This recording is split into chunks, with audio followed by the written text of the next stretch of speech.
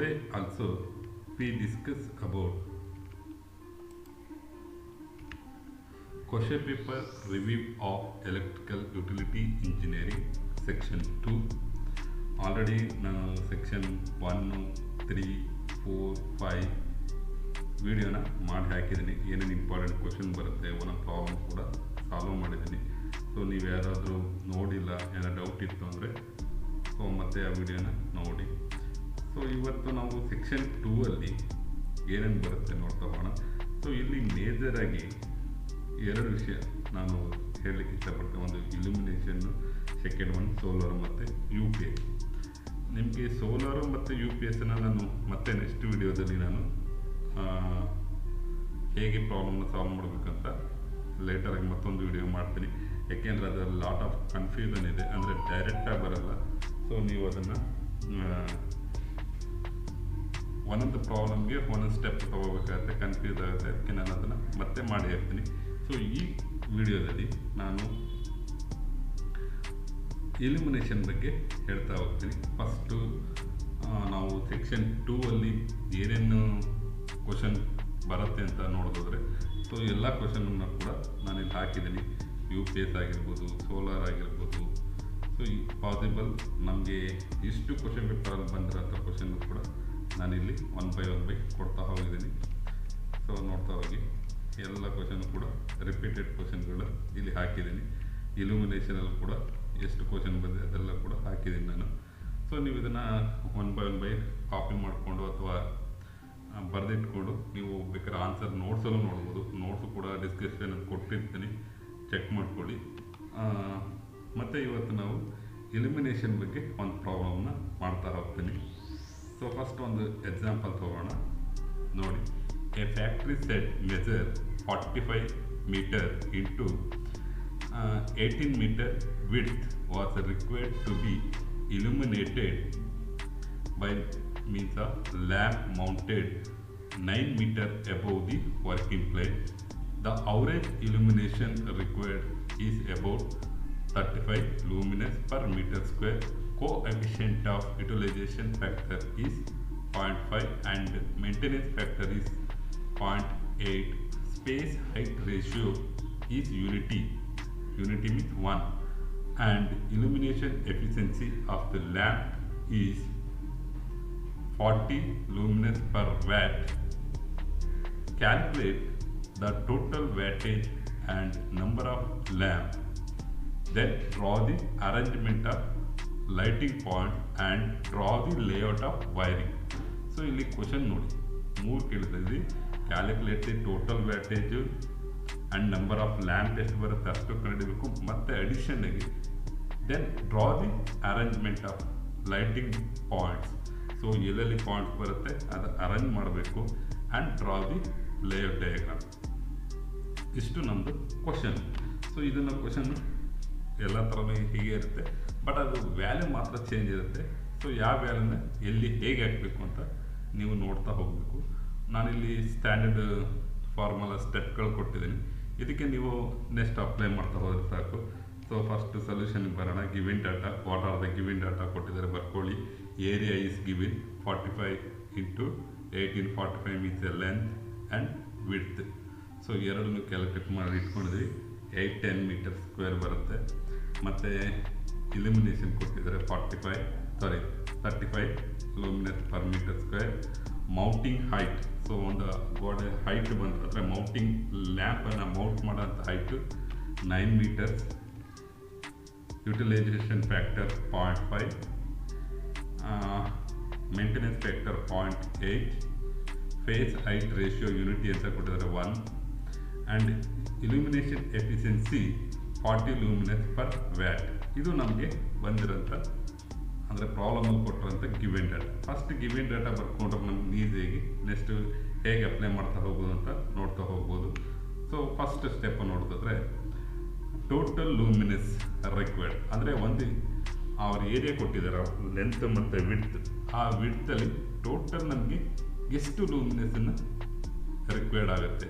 First ಅದಕ್ಕೆ calculate ಮಾಡ್ತೀವಿ. Formula area into illumination. So divided by utility factor into maintenance factor. So ಇದು ಎಲ್ಲ ಪ್ರಾಬ್ಲಮ್ಗಳು ಕೂಡ ಸ್ಟ್ಯಾಂಡರ್ಡ್ ಆಗಿರೋಂಥ ಫಾರ್ಮುಲಾ. ಸೊ ಇದಕ್ಕೆ ನಾನು ಏರಿಯಾ ಗೊತ್ತಿದೆ, 810 × 35 / 0.5 × 0.8. ಸೊ ಇದು ಮಾಡೋದು ನನಗೆ 70,875 ಲೂಮಿನಸ್ ಸಿಗುತ್ತೆ. ಇದು ಟೋಟಲ್ ಆ ಏರಿಯಾಗೆ ಬರೋಂಥ total luminous. Next second step ನೋಡಿ, ಟೋಟಲ್ ವ್ಯಾಟೇಜ್ ರಿಕ್ವೈರ್ಡ್. ಸೊ ಎಷ್ಟು ವ್ಯಾಟೇಜ್ ಬೇಕು ಅಂತ. So total wattage gross luminated divided by luminous efficiency.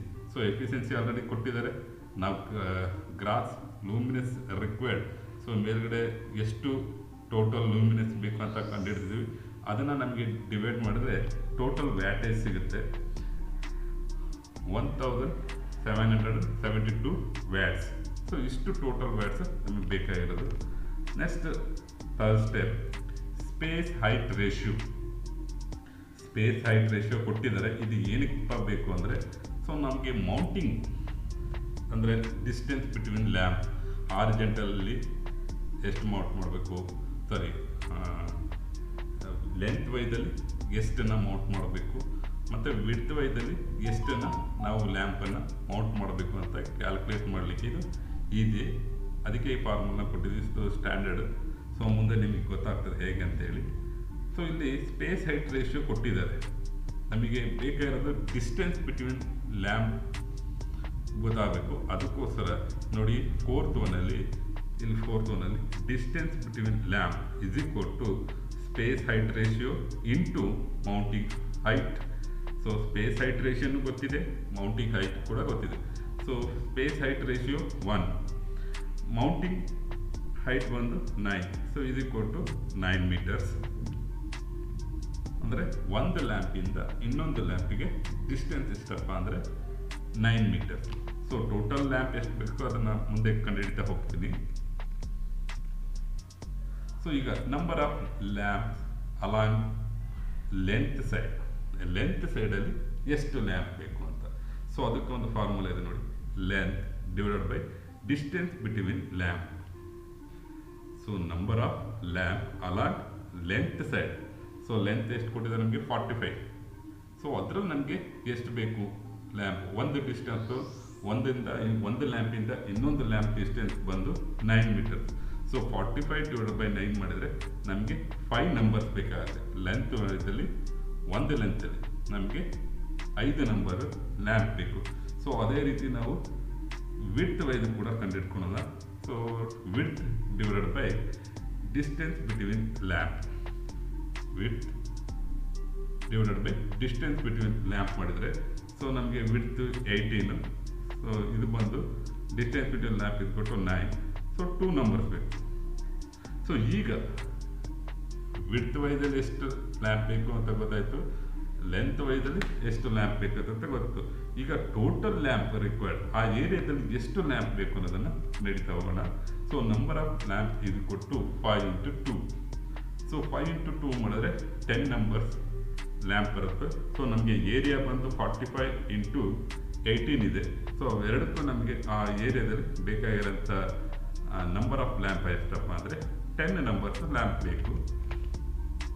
So wattage of each lamp, ನಮಗೆ ಟೋಟಲ್ ವ್ಯಾಟೇಜ್ ಗೊತ್ತಿತ್ತು, ಈಚ್ ಲ್ಯಾಂಪದು ವ್ಯಾಟೇಜ್ ಗೊತ್ತಿಲ್ಲ. So total wattage of lamp divided by number of lamp. So number of lamp ಎಷ್ಟಿದೆ ಮತ್ತು total wattage of lamp ಎಷ್ಟಿದೆ.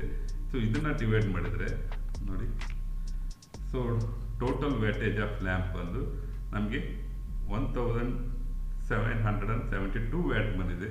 So number of lamp 10. So ಇವಾಗ ನಮಗೆ 177.2 watts ಬಂತು. So ಇದು ನಮಗೆ ಈಕ್ವಲ್ ನಂಬರ್ ಅಲ್ಲ, ಅಂದರೆ ನಮಗೆ ಮಾರ್ಕೆಟಲ್ಲಿ ಸ್ಟ್ಯಾಂಡರ್ಡಾಗಿ ಅವೈಲಬಲ್ ಇರೋಂಥ ಸೊ ವ್ಯಾಟೇಜ್ ಲ್ಯಾಂಪನ್ನು ತೊಗೋಬೇಕಾಗತ್ತೆ. ಅದಕ್ಕೆ ನಾನು take 200 watt lamp to be use. So ನಾವು ಸ್ವಲ್ಪ ಜಾಸ್ತಿ ಹೋಗಿದ್ದೀನಿ, ನಾನಿಲ್ಲಿ ನೋಡಿ ರೌಂಡ್ ಅಪ್ ಮಾಡಿದ್ದೀನಿ. So 200 watt lamp to be used. So 200 watts 10 ಲ್ಯಾಂಪನ್ನು ನಾನೀಗ ಆ ಏರಿಯಾದಲ್ಲಿ ಹಾಕ್ತಾ ಹೋಗ್ತೀನಿ. ಸೊ ನೋಡಿ ನೆಕ್ಸ್ಟ್ ನೋಡ್ತಾ ಹೋದರೆ, ಸೊ ಇದು ನಮ್ಮ ಏರಿಯಾ. ಸೊ ನೀವು ಎಕ್ಸಾಮಲ್ಲೂ ಕೂಡ ಈ ಡಯಾಗ್ರಾಮ್ನ ಬರಿಬೇಕಾಗತ್ತೆ. So first you can draw the this out ಅಂದರೆ 45, ಇದು 18. ಸೊ ಇದನ್ನು ಒಂದು ಅಪ್ರಾಕ್ಸಿಮೇಟ್ ಮೆಜರ್ ಮಾಡ್ಕೊಳ್ಳಿ. ಸೊ ಬ್ರಾಡ್ರಲ್ಲಿ ನೀವು 45 ಅಂತ ತೋರಿಸಿ, ಬಟ್ ನೀವು ಎಕ್ಸಾಕ್ಟಾಗಿ 45 ಮೆಜರ್ ಮಾಡಿ ಇದರಲ್ಲಿ ತೋರ್ಸೋಕ್ಕಾಗಲ್ಲ. ಬಟ್ ಅದನ್ನ ಒಂದು ಕ್ಯಾಲ್ಕುಲೇಷನ್ ಪ್ರಕಾರ ನೀವೊಂದು ಫಾರ್ ಎಕ್ಸಾಂಪಲ್ ಒಂದು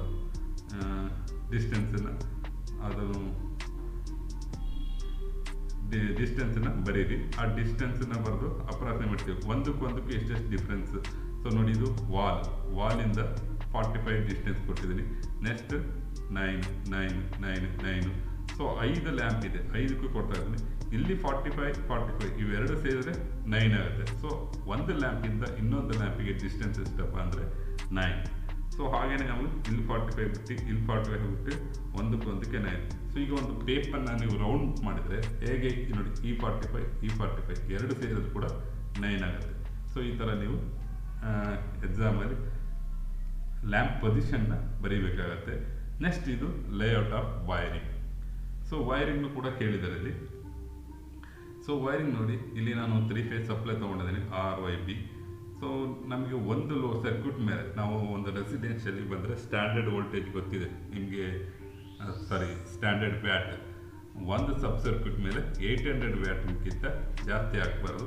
ಸೊ ಆ ಫಾರ್ಮುಲಾ ಪ್ರಕಾರ ನಾನು ಟೋಟಲ್ 10 ಲ್ಯಾಂಪನ್ನು ಸೊ ಒಂದರ ಮೇಲೆ 3 ಹಾಕಿದ್ದೀನಿ. ನೋಡಿ, ರೆಡ್ ಸಿಂಬಲ್ ಕೊಟ್ಟಿದ್ದೀನಿ. R ಫೇಸ್ ಮೇಲೆ 3, Y ಮೇಲೆ 3 ಮತ್ತು ಇನ್ನೊಂದು B ಮೇಲೆ ಗ್ರೀನ್ ಕಲರ್ ಕೊಟ್ಟಿದ್ದೀನಿ. ಸೊ ಅದರಲ್ಲಿ ಅದರ ಮೇಲೆ 4. ಸೊ ಟೋಟಲ್ ನೋಡಿ 200.